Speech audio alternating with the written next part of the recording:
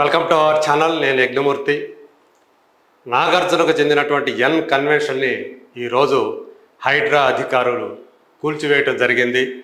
దీనిపై నాగార్జున స్పందించారు తన సోషల్ మీడియా హ్యాండిల్ ద్వారా.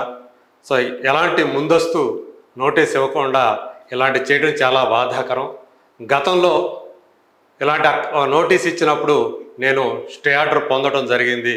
కానీ ఈరోజు ఇలా చేయటం మాత్రం ప్రభుత్వ తీరుకు నేను చాలా బాధపడుతున్నానని చెప్పేసి దీనిపై నేను ఎలా చట్ట ప్రకారమే వెళతాను, సో నాకు జరిగినటువంటి ఈ అన్యాయానికి పరిహారం పొందుతానన్నట్లుగా ఆయన ట్వీట్ చేయటం మనకు తెలిసిందే.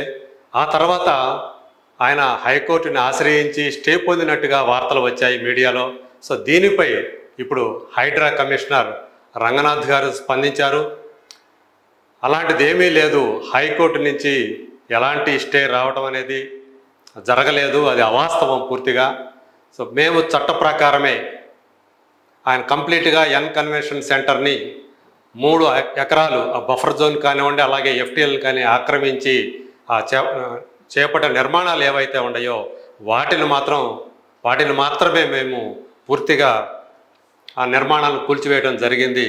సో కాబట్టి హైకోర్టు నుంచి స్టే రావటం అనేది అవాస్తవం. సో ఇందులో హైకోర్టు జోక్యం అనేది ఏమీ జరగలేదు, జోక్యం చేసుకోవడం అనేది జరగలేదు అని రంగనాథ్ గారు చాలా స్పష్టంగా ప్రకటించడం జరిగింది. సో ఏదైతే ఎఫ్టీఎల్ జోన్లో ఉన్నటువంటి చెరువులని కబ్జా చేసి ఫుల్ ట్యాంక్ లెవెల్ మీద కట్టినటువంటి కట్టడాలు ఏవైతే ఉన్నాయో వాటన్నిటినీ కూడా యాక్చువల్గా ముందస్తు నోటీసు లేకుండానే వాటిని కూల్చివేసే అధికారం ప్రభుత్వానికి ఉంది.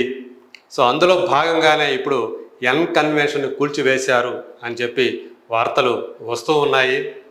ఎప్పుడో దశాబ్దనారం పైనే ఎన్ కన్వెన్షన్ నిర్మించినప్పుడే ఇది తుమ్మిడికుంట చెరువుని ఆక్రమించుకొని ఆల్మోస్ట్ 3 ఎకరాల భూమిని ఆక్రమించుకొని ఈ ఎన్ కన్వెన్షన్ని యాక్చువల్గా 7 ఎకరాల స్థలం వాళ్ళదైతే 3 ఎకరాలు ఆక్రమించుకుని మొత్తం 10 ఎకరాల స్థలంలో దీన్ని అక్రమంగా నిర్మించారని ఆ రోజునే చాలా ఆరోపణలు వచ్చాయి. స్థానికులు కూడా ప్రభుత్వానికి అనేక ఫిర్యాదులు కూడా చేశారు.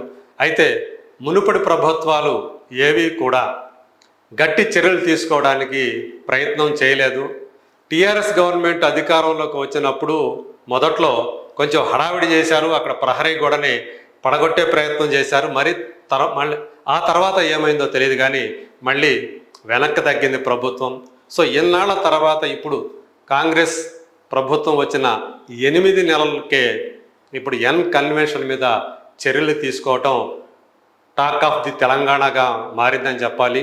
సో కేవలం ఇప్పుడు హైదరాబాద్ మాత్రమే కాదు, మొత్తం తెలంగాణ వ్యాప్తంగా ఈ విషయం ఎన్ కన్వెన్షన్ని ప్రభుత్వం కూలగొట్టినటువంటి, అది కూడా ఏదైతే అక్రమంగా నిర్మించారో చెరువు స్థలాన్ని ఆక్రమించుకొని దాన్ని కూలగొట్టిన విషయం మాత్రం తెలంగాణ వ్యాప్తంగా సంచలనంగా చర్చనీయాంశంగా మారింది.